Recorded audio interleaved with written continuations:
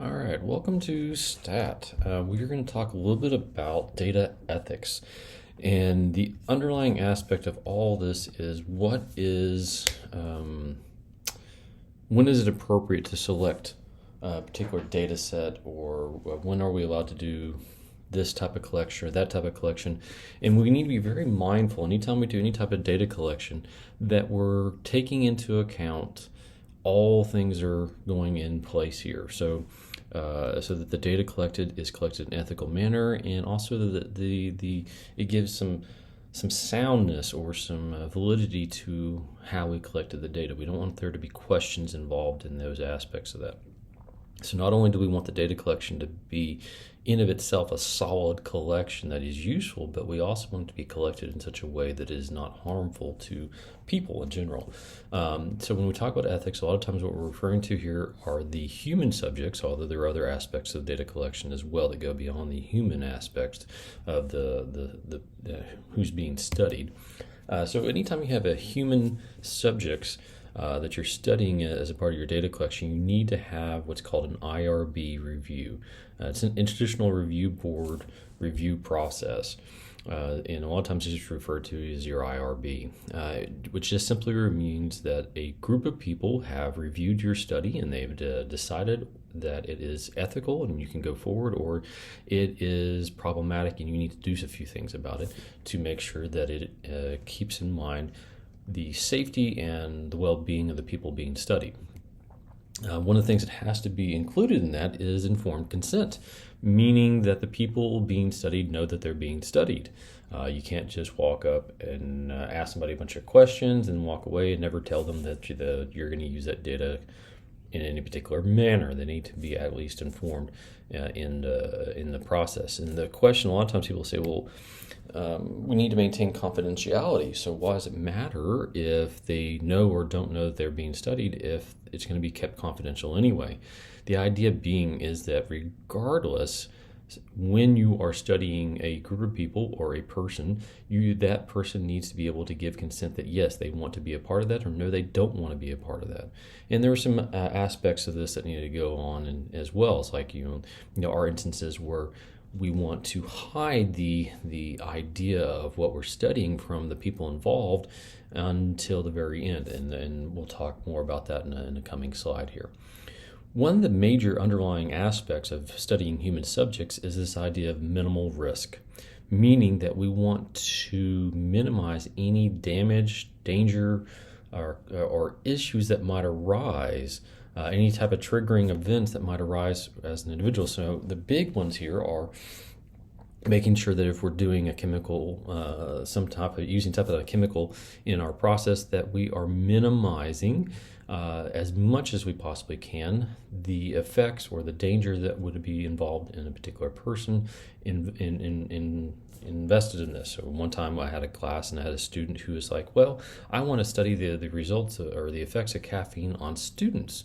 And I'm like, whoa, that as long as you do it the right way, yeah, absolutely you can, but there are a lot of things involved in that. So this individual is looking at studying minors, which was in of itself is a problem, and we can talk about that in a little bit as well. And then, what do you do with that? So how do you minimize the risk? So a couple of things that we want to talk about. Let's just say that we'll use these as examples because this is one of the best ways to understand this. Let's say that we're talking about a medicine or a chemical substance of some sort that we're going to introduce, and it might cause dizziness in these subjects. Well, that's not a big deal. Dizziness might not be a big deal, but it might be. What if someone's already prone to dizziness? So we need to make sure that we're taking into account certain protocols that would make sure the person getting dizzy isn't fainting and as a result gets hurt. Or what if they have dizzy spells while they're driving? That could be a big deal. So we want to make sure that we are taking protocols in place. It doesn't mean we can't do the study, but we want to make sure we're putting protocols into place that allow for this to be a aspect, and we're looking to minimize or maintain the safety of the individual involved in this issue. So how do you do that if this chemical might cause dizzy spells? What do you do? Well, you tell them they shouldn't drive until we know how they respond. Make sure that they have someone to pick them up from the clinical trial to take them to where they need to go. They are watched at all times in case they have a dizzy spell and they fall over, and how do you, so there are some issues that go along with it. Doesn't mean you can't do it. It just means that you need to make sure that you are protecting the individual and a best faith effort to make sure that they are secure. Depression. Well, if medicine might cause depression, this is a much deeper issue. So again, it doesn't mean that the trial can't go forward. We can't do this study. It just means that we need to make sure that we're putting protocols in place that are going to make sure the individual is as safe as we possibly can make them. Now, if it's going to cause depression, we're not really in the stage of talking about minimal risk. What we're talking about at this stage, if you wanted to move forward with that particular medicine, is how do we minimize the risk? How do we reduce this down to the point where it is as safe as we possibly can make it? And in some instances, we can't go forward with the trial because we cannot make it safe for the individual. So when we talk about minimal risk, we're talking about making sure the subjects involved in this are as safe as we can possibly make them. All right. Now here we get into another one here, and there are ways of collecting this data in such a way that it might be safe, and in other instances it might not. Let's just say we put a flyer up in a neighborhood saying, if you're the victim of domestic violence, please call this hotline, leave your name and number, and we'll call you back. Was that minimizing the risk for the individual? Because then they're not necessarily in control of when they may get called back. Will they get called back in the middle of a heated argument and the individual, the phone vibrating or phone call occurring and them not answering the phone call? Is that going to make the situation even worse? That is not minimizing risk. What you would probably want to do that is you put a flyer up there saying email, text, call at this location. If you call, someone will answer the phone immediately. Don't leave a name or number. Just keep calling back until you're able to talk to someone directly, because that makes the situation a lot safer for the individual involved. So there's things like that you can do to definitely do that, collect that data. Another place that's a lot more minimizing the risk for the individual in domestic violence situation is to go to police data. That way the individuals are not moving outside of the realms of like, oh, this is my first step in admitting or reaching out for help. They've already reached out for help, or someone has at least, in terms of the police showing up and using those police records as your baseline for domestic violence issues that you're dealing with, and going from there. So you want to make sure that you're not placing the individual in undue risk situations. You're not increasing the likelihood that something is going to occur. You're just simply collecting data and involving yourself as little as possible in the process there. Another one, and this is kind of a hot topic. I could say right now in our country, but it's been a hot topic in our country for a very, very long time, and it probably will continue to be so. When you talk about abortions in different parts in the world and the countries, we have different legalities and also different religious and political viewpoints on this. In some cases, it's not religious; it's just a social thing. In fact, everybody has their views on this, and some of us think we're right, and some of us think the others are wrong, and that's not really what we're discussing here. What we want to discuss in terms of statistics is when we're collecting data. Let's just say we live in a county or a country or state inside the United States where abortions are legal or illegal, and we're calling and asking people to admit whether they have or have not had an abortion. Well, if you're asking someone to admit that they've had an abortion in a place where it's illegal, you are asking them to put themselves in harm's way from a legal perspective. Now, we're not talking about the legality of the situation. We're simply talking about the fact that you are asking an individual to place themselves in further harm by admitting to another person outside of a confined group, a confidential group, that they have done something illegal. This could remove the word abortion and put drug use in there. Remove the word drug use and say speeding. There are all sorts of illegal behaviors that when we start asking these questions that we start getting into because of the confidentiality involved. Do you want to get involved in court records, and a court actually reaching out and trying to seize your data based upon, oh, look, all these people admitted to this illegal behavior, whatever this illegal behavior is. Is that an issue? Can you really keep those individuals confidential? How would you do so? I mean, the only way to truly do that is have people who never admit to a name. You don't have a phone number. This would be someone you've walked up to on the street and you're never going to see again. And you're not going to be able to identify in a court of law. You just have this data. That'd be about the only way you could minimize the risk. You couldn't collect this information any other way other than just a face-to-face format, because in any other format you would have some type of data trail that might be able to link that individual. So when you're talking about collecting this data that might be illegal or religiously controversial, it might lead to other problems for the individual. The way of collecting this data is really quite straightforward, in that there's not a whole lot you can do other than a face-to-face old school collection mentality. And I'll explain what I mean by that here in a second, because there are other issues that go along with collecting this electronically. So a couple examples, and this is the one I was referring to about collecting this old school with paper and pencil versus electronically. Is anything done on the internet really confidential? There are things you can do that kind of hide your location, but there's nothing really you can do for the vast majority of us that can completely hide where we are or what we're doing. Even right now, even if you put the settings on your phone to untrack, there's still ways of tracking your phone at all times. If you're sitting at in a cafe and you're logged in on the free Wi-Fi, you have an IP address that places you in that location at that time.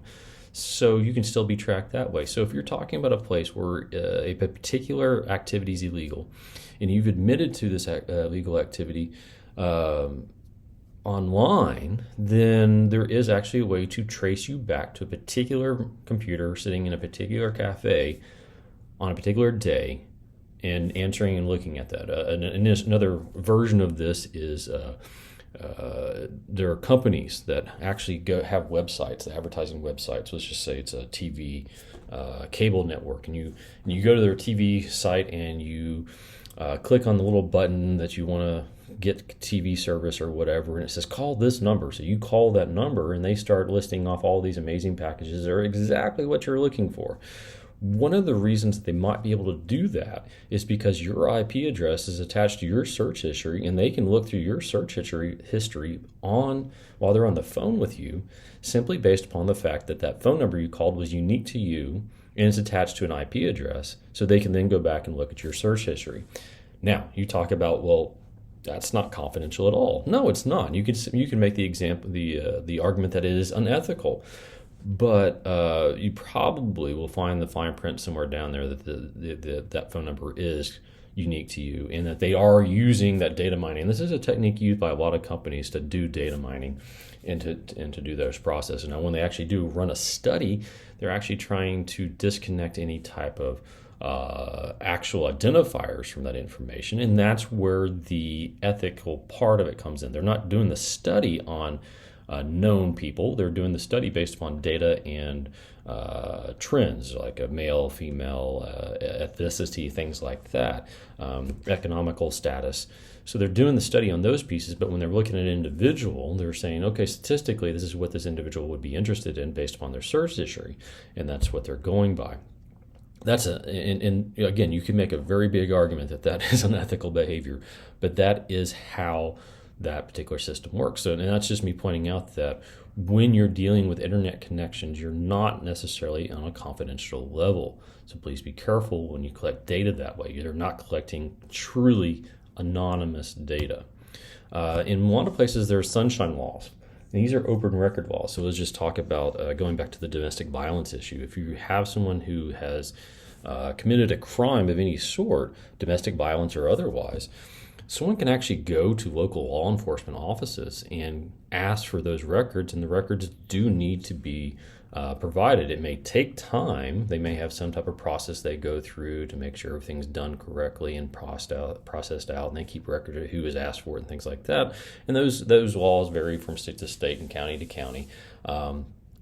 and they decide those things. But sunshine laws in general, that should be in quotes there, but and generally what they mean is that you have access to that law. There's also a couple other federal laws out there that allow you to be able to do things similar to this.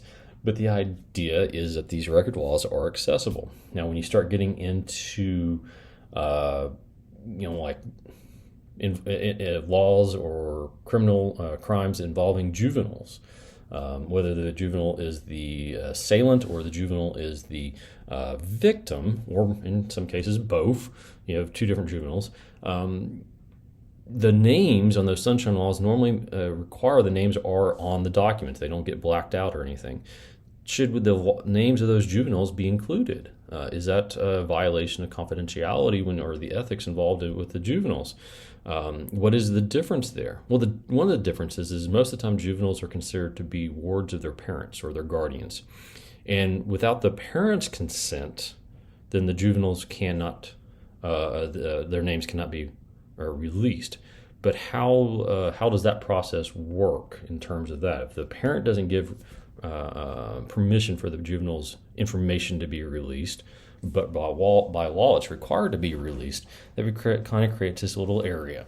So most of the time, especially news agencies, will leave out juveniles' names by choice without even dealing with any of the legality of it, simply out of a respect factor. It's a confidentiality thing because they are minors. It just reduces things. So this is an example where kind of going past what is legally or ethically required to make sure you do things in a way that is beyond reproach, so to speak, is very useful. It just kind of streamlines the process. So anytime you're involving juveniles in a study, it's always important to go a little bit further than required to make sure things are done the right way.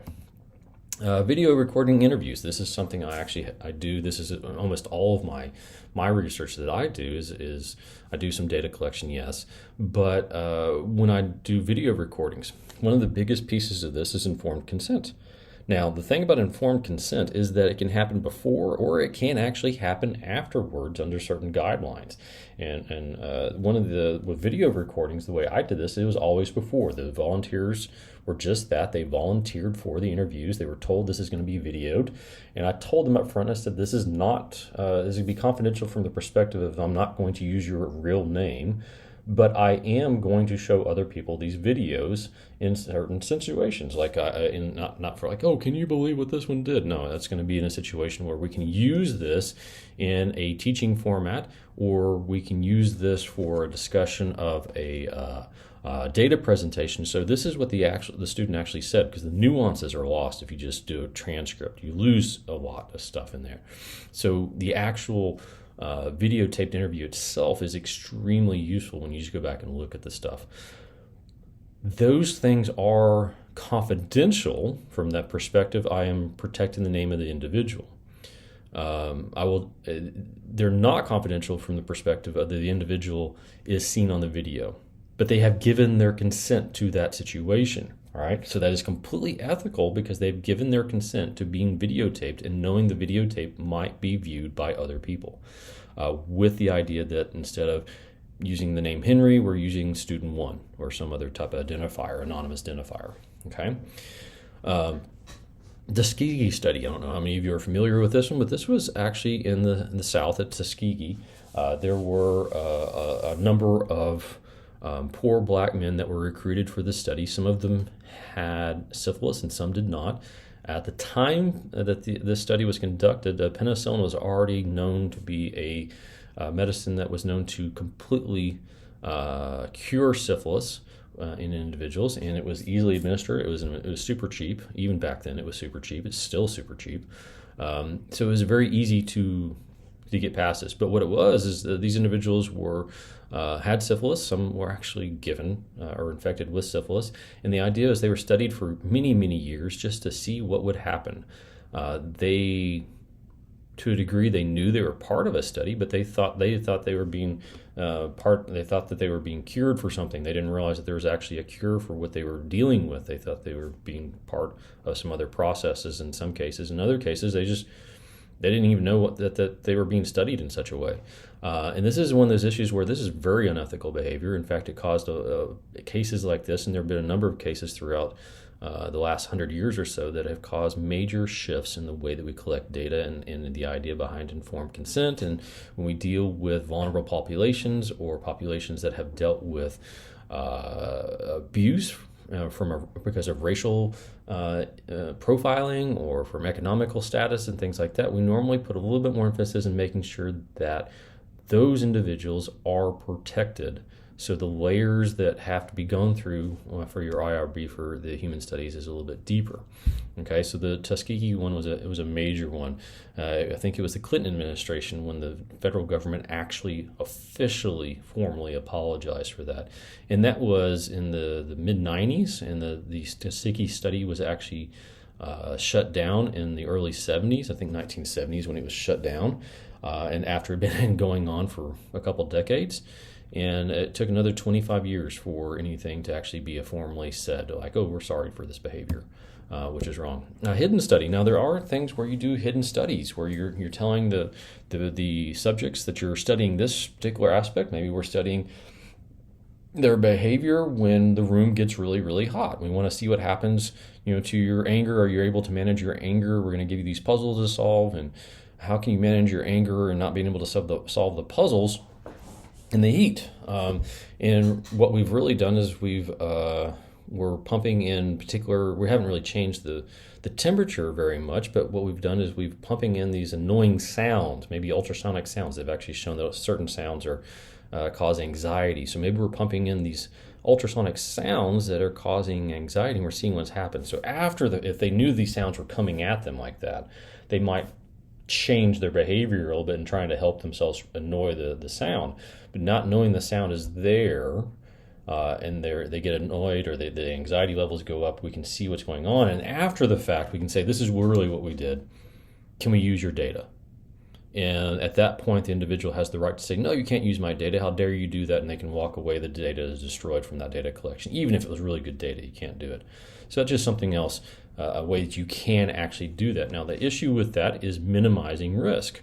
We're causing someone anxiety. So maybe on the front end of that, we're making sure that we're not collecting patients who already have issues and anxiety that we're going to cause a full-blown anxiety attack with that individual or a panic attack with that individual.